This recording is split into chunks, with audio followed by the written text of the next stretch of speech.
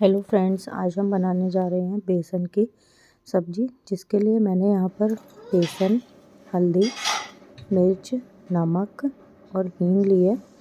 अब इन सबको आपको इसमें बेसन में डाल करके इसको अच्छे से मार लेना है।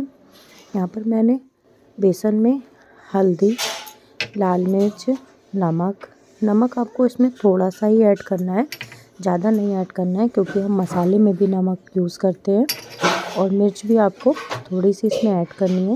हींग यहाँ पर मैंने फ्लेवर के लिए ऐड करी है, जिससे कि इसमें बहुत ही अच्छा फ्लेवर आता है।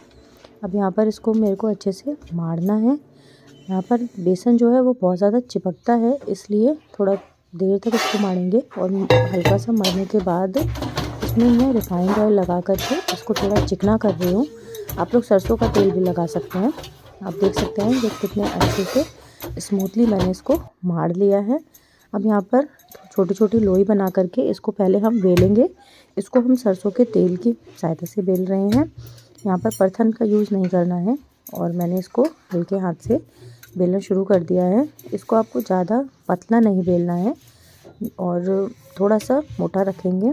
यहाँ पर मैं इसकी जो स्ट्रिप्स तैयार करूँगी वो मैं सलाई से करूँगी। वैसे हम इसको डायरेक्ट भी मोड़ सकते हैं, फोल्ड कर सकते हैं, लेकिन जो अगर हम डायरेक्ट बनाते हैं तो वो अंदर से थोड़ी थोड़ी टाइट हो जाती हैं।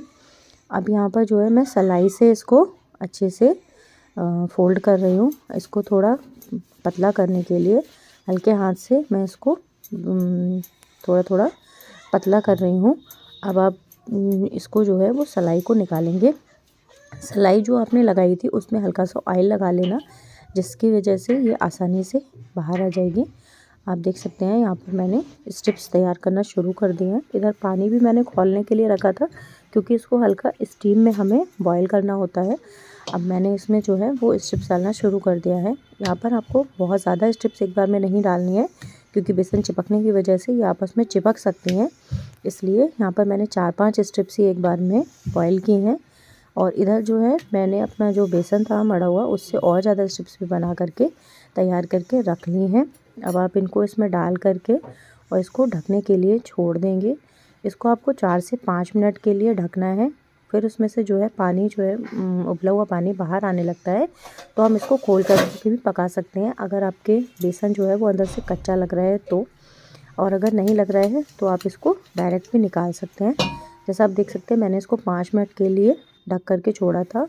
अब 5 मिनट हो गए हैं, उसके बाद मैं इसे खोल रही हूँ और ये कितने अच्छे से फूल चुका है। इसमें बेसन जो है वो अच्छे से पक चुका है। आप इसको चेक करने के लिए चाकू या फिर फोर्क की मदद से भी कर सकते हैं।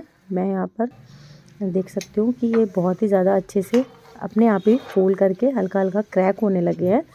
तो मैंने इसको ऐसे ही निकाल लिया है।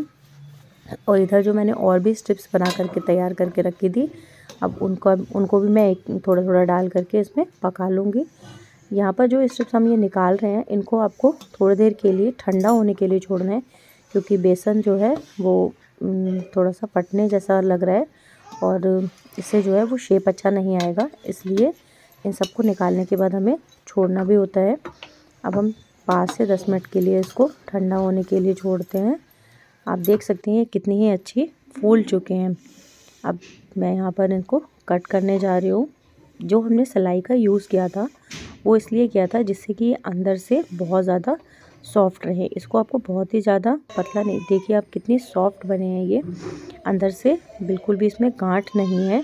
और मैंने इसको आपको देखिए थोड़ा हल्का प्रेस करके भी दिखा रही हूँ मैं कि ये बहुत ज़्यादा सॉफ्ट लग रहे हैं और देखने में भी अच्छे लग रहे हैं। इधर जो है वो मैं मसाले की तैयारी भी करने लगी।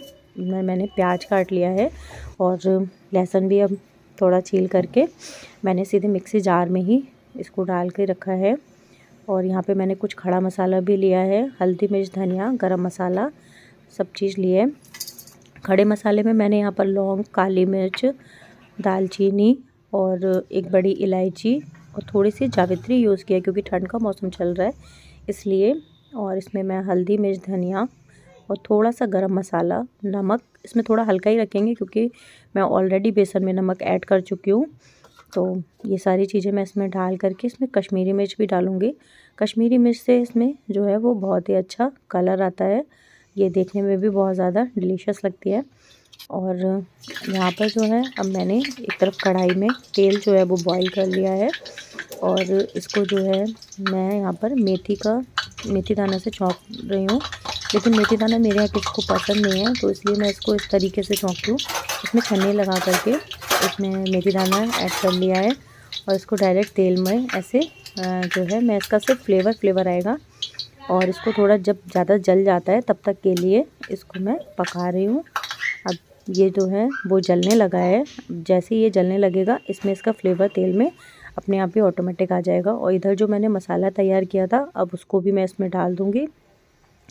इस मसाले को आपको थोड़ा ज़्यादा यूज़ करना है क्योंकि बेसन जो है वो एब्जॉर्ब कर लेता है और अगर इसमें मसाला खूब अच्छे से बड़ा होगा तो ये खाने में बहुत ज़्यादा टेस्टी लगता है। इस मसाले को भी अच्छे से हमें मिक्स करके इसको पका लेना है जब तक कि इसमें तेल नहीं छूट जाता। आप देख सकते हैं कि यहाँ पर जो है मसाले में से तेल छूट चुका है और अब मैं यहाँ पर जो कटे हुए पीसेस थे उनको भी इसमें ऐड करूँगी। इसको अच्छे से चला करके इसको अच्छे से चलाना है क्योंकि इसमें जो है वो मसाला अंदर तक आपका एब्जॉर्ब हो जाए। अब इसको भी थोड़ा सा पानी डाल करके, पानी की छींटे डाल करके आपको वो रखना है ढक करके। थोड़ी पानी की छींटे डालने से क्या होता है ये अंदर तक इसमें मसाला एब्जॉर्ब हो जाता है। और मैंने यहाँ पर इसको पानी की छींटे डाल के बंद किया था। अब 3 से 4 मिनट के बाद आप इसको खोल करके देख सकते हैं कि ये बहुत अच्छे से अंदर से मसाला एब्जॉर्ब हो चुका होता है। आप इसको अब चला करके इसमें हरा कटा हुआ धनिया ऐड करेंगे और इसको आप जो है वो स्नैक्स में भी खा सकते हैं। हमारे यहाँ मोस्टली ये स्नैक्स में खाया जाता है तो इसलिए हम इसको स्नैक में खा सकते हैं। वैसे हम इसको रोटी चावल से भी खा सकते हैं क्योंकि इसकी हम जो ग्रेवी वाली सब्ज़ी होती है वो भी बनाएंगे। हमारे यहाँ ग्रेवी वाली सब्ज़ी यहाँ पर सबको ज़्यादा पसंद है। अब इसमें से जो है हम ये थोड़ा सा निकाल लेंगे। अब ये अच्छे से पक चुके हैं क्योंकि, और इसको थोड़ा हमने निकाल करके यहाँ पर अलग रख लिया है और थोड़े से मैंने इसमें यहीं पे कढ़ाई में छोड़े हैं क्योंकि मैं इसकी ग्रेवी की सब्ज़ी भी बनाऊंगी। इसमें मैंने वो पानी ऐड किया है जिसमें हमने स्ट्रिप्स जो है वो बॉईल की थी क्योंकि उस पानी में इसका जो है टेक्सचर आ जाता है, इसलिए अब ये पानी मैंने इसमें ऐड किया है। इसमें हमें थोड़ा सा और पानी भी ऐड करना है क्योंकि बेसन जो है वो एब्जॉर्ब करता है पानी को, इसलिए हमें इसमें थोड़ा सा और ज़्यादा पानी ऐड करके रखना है। आप देख सकते हैं यहाँ पे अब जो है ग्रेवी वाली बेसन की सब्ज़ी भी रेडी हो चुकी है। भी देखने में कितनी डिलीशियस लग रही है। अब यहाँ पर आपके सामने पेश है शानदार सी थाली। आप लोग भी इस तरीके से ज़रूर बनाइएगा।